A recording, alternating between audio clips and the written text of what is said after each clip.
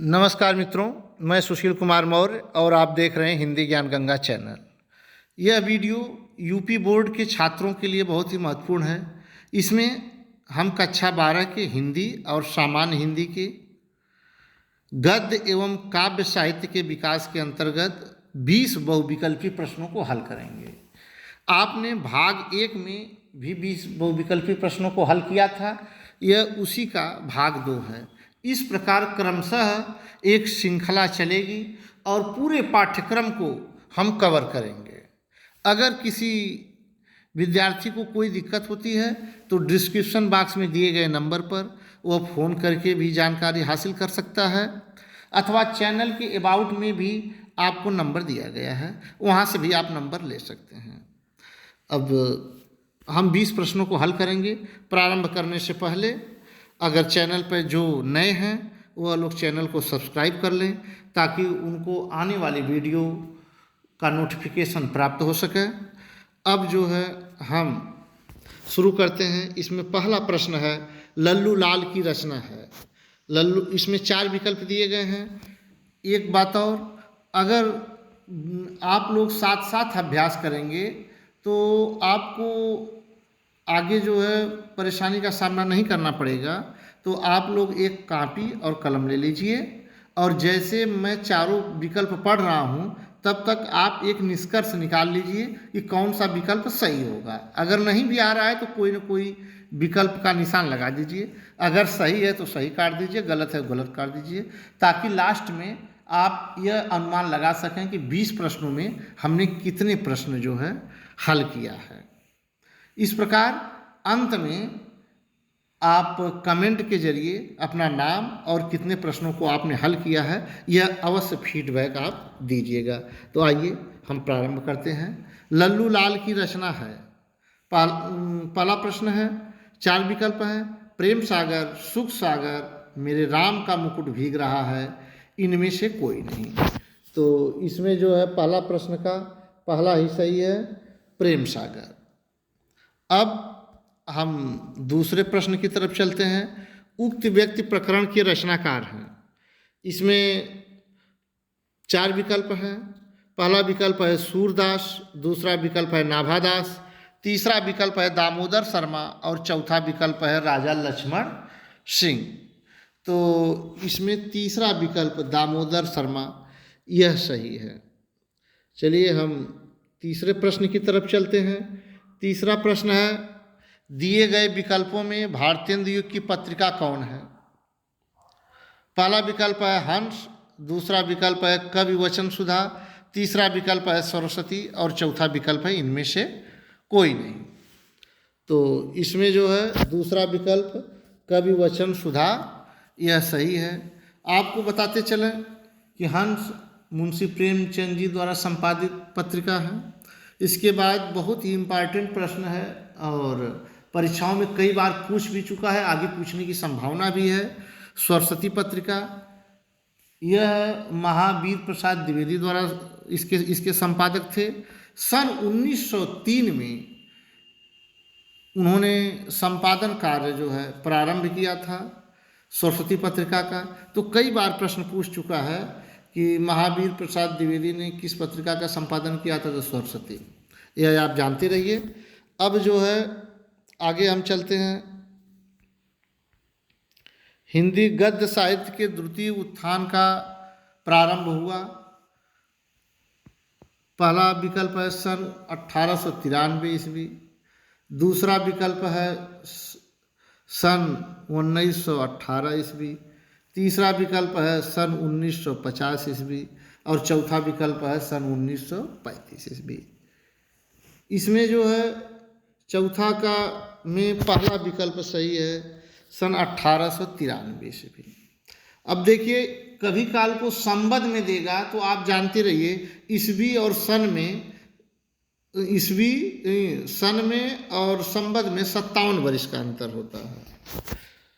अब जैसे देखिए 1893 यह सन है, अगर इसको हम संबंध में लिखें तो 57 वर्ष जोड़ देंगे तो 7 3 10, 9 5 14 1 15, 8 1 9 और 1950, संवत 1950।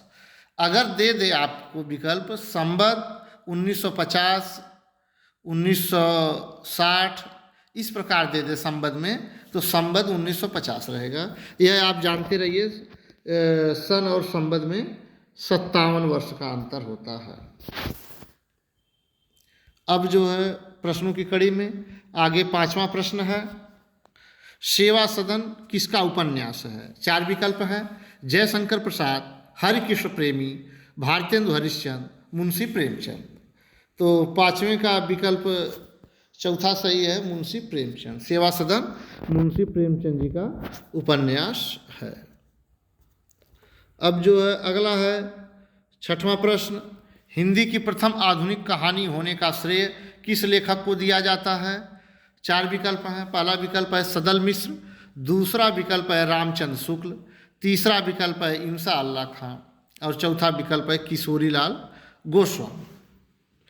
तो प्रथम कहानी होने का श्रेय जो है किशोरीलाल गोस्वामी को दिया जाता है, अतः विकल्प 4 सही है।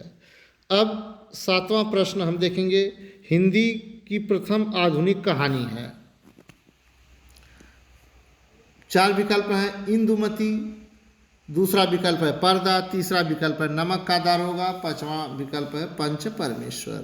तो इसमें जो है किशोरीलाल गोस्वामी की कहानी इंदुमती को प्रथम आधुनिक कहानी का दर्जा प्राप्त है। अब जो है 8वां विकल्प है, 8वां प्रश्न है, गोदान किस विधा की रचना है? अब इसमें 4 विकल्प हैं। पहला है आलोचना, दूसरा है निबंध, तीसरा है कहानी और चौथा है उपन्यास। तो इसमें चौथा विकल्प जो है उपन्यास, यह सही है। गोदान एक उपन्यास है। अब गोदान से ही संबंधित प्रश्न है 9वां प्रश्न, गोदान किसकी रचना है? पहला प्रश्न है जयशंकर प्रसाद, दूसरा है रामचंद्र शुक्ल, तीसरा है मुंशी प्रेमचंद और चौथा है इनमें से कोई नहीं।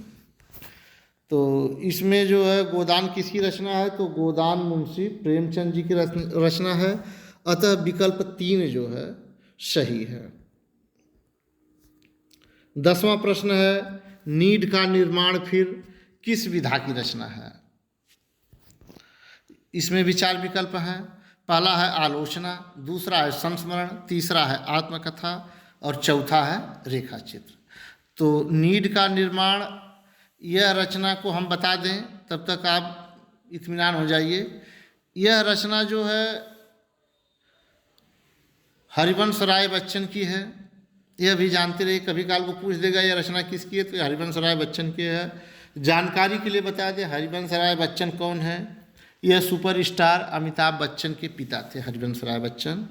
तो यह आत्मकथा विधा की रचना है। 10वां प्रश्न का तीसरा विकल्प सही है। अब 11वें प्रश्न की तरफ चलते हैं। आदिकाल का ग्रंथ नहीं है, कह रहे हैं कि इस चारों विकल्पों में से कौन ऐसा ग्रंथ है जो आदिकाल का नहीं है? पहला विकल्प है बीसल देव रासो, दूसरा विकल्प है पृथ्वीराज रासो, तीसरा विकल्प है परमाल रासो और चौथा विकल्प है रामचरित मानस। तो इसमें 11वें प्रश्न का चौथा विकल्प सही है, रामचरितमानस। यह आदिकाल का ग्रंथ नहीं है, शेष तीनों रचनाएं आदिकाल की हैं। अब जो है 12वां प्रश्न है, चाँद का मुंह टेढ़ा है। चाँद का मुंह टेढ़ा है, रचना की विधा है। विकल्प हैं उपन्यास, कहानी, काव्य और आत्मकथा। तो इसमें तीसरा विकल्प काव्य जो है यह सही है। अब 13वां प्रश्न देखिए। 13वां प्रश्न है उसी से संबंधित, चाँद का मुंह टेढ़ा है, रचना किसकी है? पहला विकल्प है अज्ञेय की, दूसरा विकल्प है गजानन माधव मुक्तिबोध की, तीसरा विकल्प है रघुवीर सहाय की और चौथा विकल्प है नागार्जुन की। तो यह रचना जो है गजानन माधव मुक्तिबोध की है। तो इस कारण 13वां का दूसरा विकल्प सही है। अब जो है 14वें प्रश्न की तरफ हम चलते हैं। अष्टछाप के कवियों का संबंध भक्तिकाल की किस शाखा से है? 4 विकल्प है। पहला राम भक्ति शाखा, दूसरा कृष्ण भक्ति शाखा, तीसरा ज्ञानाश्रयी शाखा और चौथा है प्रेमाश्रयी शाखा। तो इसमें विकल्प 2 सही है, कृष्ण भक्ति शाखा। अब हम 15वें प्रश्न को हल करेंगे। 15वां प्रश्न है, बहुत ही महत्वपूर्ण प्रश्न है। श्रृंगार एवं वात्सल्य के सर्वोत्कृष्ट कवि हैं। पहला विकल्प है बिहारी लाल, दूसरा विकल्प है पद्माकर, तीसरा विकल्प है सूरदास और चौथा विकल्प है केशवदास। तो यह जो है इसमें तीसरा विकल्प जो है सूरदास सही है। अब 16वां प्रश्न देखते हैं। 16वां प्रश्न है, कामायनी किस युग की रचना है? पहला है भारतेंदु युग, दूसरा विकल्प है द्विवेदी युग, तीसरा विकल्प है छायावादी युग और चौथा विकल्प है प्रगतिवादी युग। तो इसमें जो है कामायनी छायावादी युग की रचना है, इसलिए विकल्प यहाँ पर 3 सही है। अब 17वां प्रश्न हम देखते हैं। 17वां प्रश्न है, निम्नलिखित कवियों में से प्रगतिवादी युग के कवि कौन हैं? रामधारी सिंह दिनकर, दूसरा विकल्प है सूरदास, तीसरा विकल्प है तुलसीदास और चौथा विकल्प है केशवदास। तो यहाँ 17वां का पहला सही है, रामधारी सिंह दिनकर। यह जो है प्रगतिवादी युग के कवि हैं। अब 18वें प्रश्न की तरफ हम चलते हैं। द्विवेदी युग की रचना नहीं है। कौन रचना द्विवेदी युग की नहीं है? पहला विकल्प है प्रिय प्रवास, दूसरा विकल्प है संसद से सड़क तक, तीसरा विकल्प है भारत भारती और चौथा विकल्प है साकेत। तो द्विवेदी युग की रचना नहीं है, संसद से सड़क तक। अब 19वां प्रश्न है, निम्न में से कौन सी कृति महाकाव्य नहीं है? पहला विकल्प है वह तोड़ती पत्थर, दूसरा विकल्प है रामचरितमानस, तीसरा विकल्प है साकेत और चौथा विकल्प है पद्मावत। इसमें 3 महाकाव्य हैं और 1 महाकाव्य नहीं है, यह आपको ढूंढना है। तो इसमें जो है विकल्प 1 वह तोड़ती पत्थर, यह कविता है, यह महाकाव्य नहीं है, और शेष नीचे के तीनों जो है महाकाव्य है। 20वां और अंतिम प्रश्न है, नागार्जुन किस युग के कवि हैं? नागार्जुन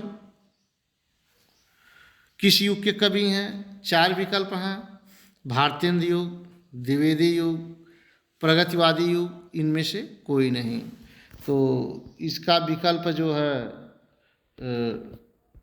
तीसरा विकल्प सही है, प्रगतिवादी युग। नागार्जुन प्रगतिवादी युग के कवि हैं।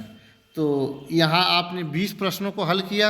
इसके बाद आप कमेंट में देंगे कि हमने और कितने प्रश्न इसमें से हम लोगों का आपका सही हुआ, यह कमेंट में आप ज़रूर दीजिएगा।